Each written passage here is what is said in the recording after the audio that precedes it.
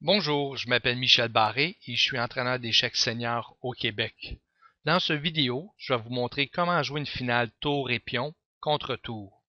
Les finales comportant uniquement des tours et des pions sont les plus fréquentes aux échecs. Deux positions charnières doivent absolument être connues sur le bout des doigts, celle de Lucina, qu'on va voir immédiatement, et celle de Philidor dans une autre vidéo. La position de Lucina sert de passe-partout pour toutes les finales de tour. Donc, chaque fois que vous allez jouer une finale tour-pion contre tour, vous devez amener le roi sur la 8e rangée, le pion sur la 7e, et la tour, il va falloir qu'on l'amène sur la 4e rangée. Donc, ça, c'est la stratégie d'avoir la position de Lucina. Donc, et l'autre condition, c'est de prendre le roi, d'avoir le tenir à l'écart complètement de cette colonne-là pour que justement on puisse sortir le roi. Le roi doit sortir soit en C7 ou en A7 pour faire damer le pion.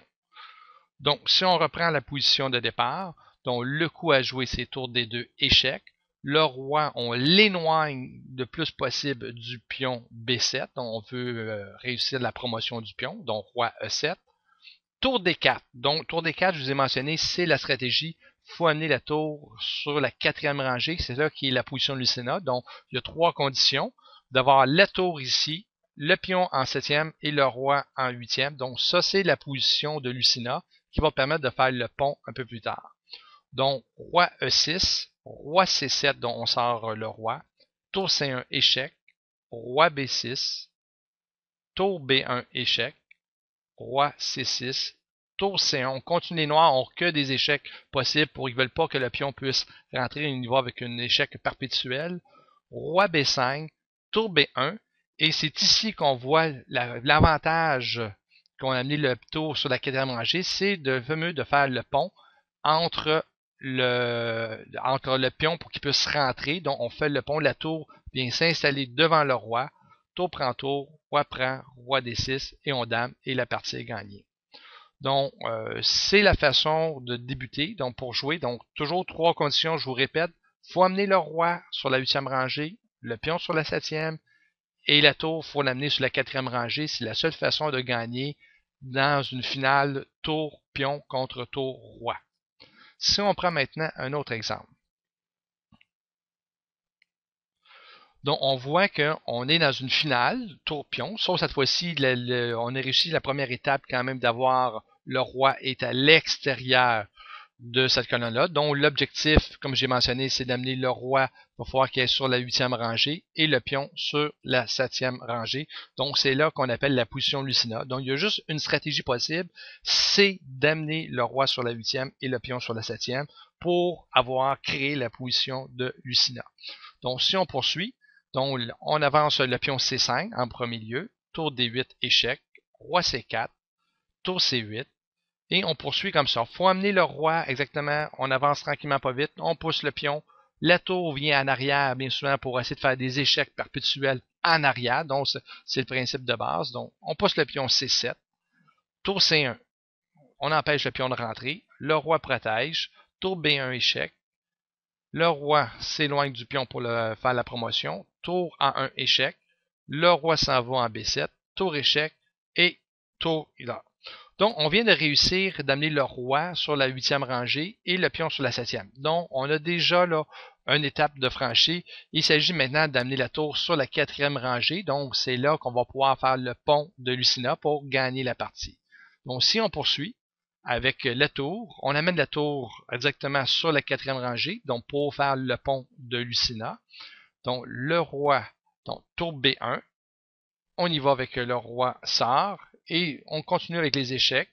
Donc la tour en C1, roi D6, tour D1, échec, roi ici et tour C1 et tour C4. On vient de réussir le pont et on vient la position et le pion, c'est sûr que le pion va damer.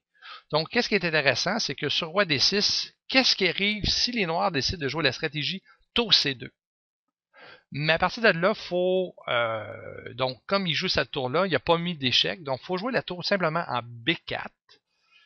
Tour C1 revient à la position de départ et tour B5. Donc, au lieu de faire le pont sur la quatrième rangée ici, donc on va faire le pont exactement sur l'autre, sur la colonne, sur la cinquième, parce que les noirs ont arrêté de faire des échecs. Donc, on y va avec tour D1, roi C6, tour C1 et tour C5. Et encore une fois, on vient de réussir le pont et le pion va damer et les blancs gagnent la partie. Si on regarde une autre position qui est plus rare, donc on n'a pas réussi à faire la position de Lucena d'amener le roi sur la 8e rangée, mais pour que ce ne soit une position gagnante, il faut avoir le pion sur la colonne C, D, E et F. Donc c'est seulement ces 4 cases-là. Si vous avez cette position-là, roi, pion, tour contre roi et tour, et que les noirs jouent de façon très passive, amènent la tour sur la 8e rangée, qui n'est pas l'idéal. Donc de cette façon-là, pour gagner la partie, il existe seulement, il faut amener la tour en A7. Donc le fait que 2 espaces à côté du roi me permet d'amener la tour. Donc si le roi bouge en D8, tour A8, échec, roi E7 et tour prend G8. Mais vous allez me dire, mais Michel, qu'est-ce qui arrive si sur tour A7, le roi joue en B8?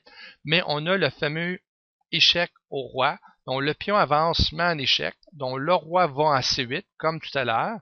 On joue tour A8, roi D7 et tour prend G8. Tout ça parce que les noirs ont joué de façon passive. Si on regarde la position de départ, ils ont amené la tour sur la 8e rangée, donc c'est très très passif. Donc à ne pas faire si vous avez les noirs, on va le voir dans une autre vidéo avec la position de Philidor, comment il faut jouer avec les noirs. Donc si on prend une autre partie, donc juste pour vous prouver que si le pion est sur la colonne B, la colonne du cavalier, que ce soit la B ou bien que ce soit la G, on a exactement la même conclusion.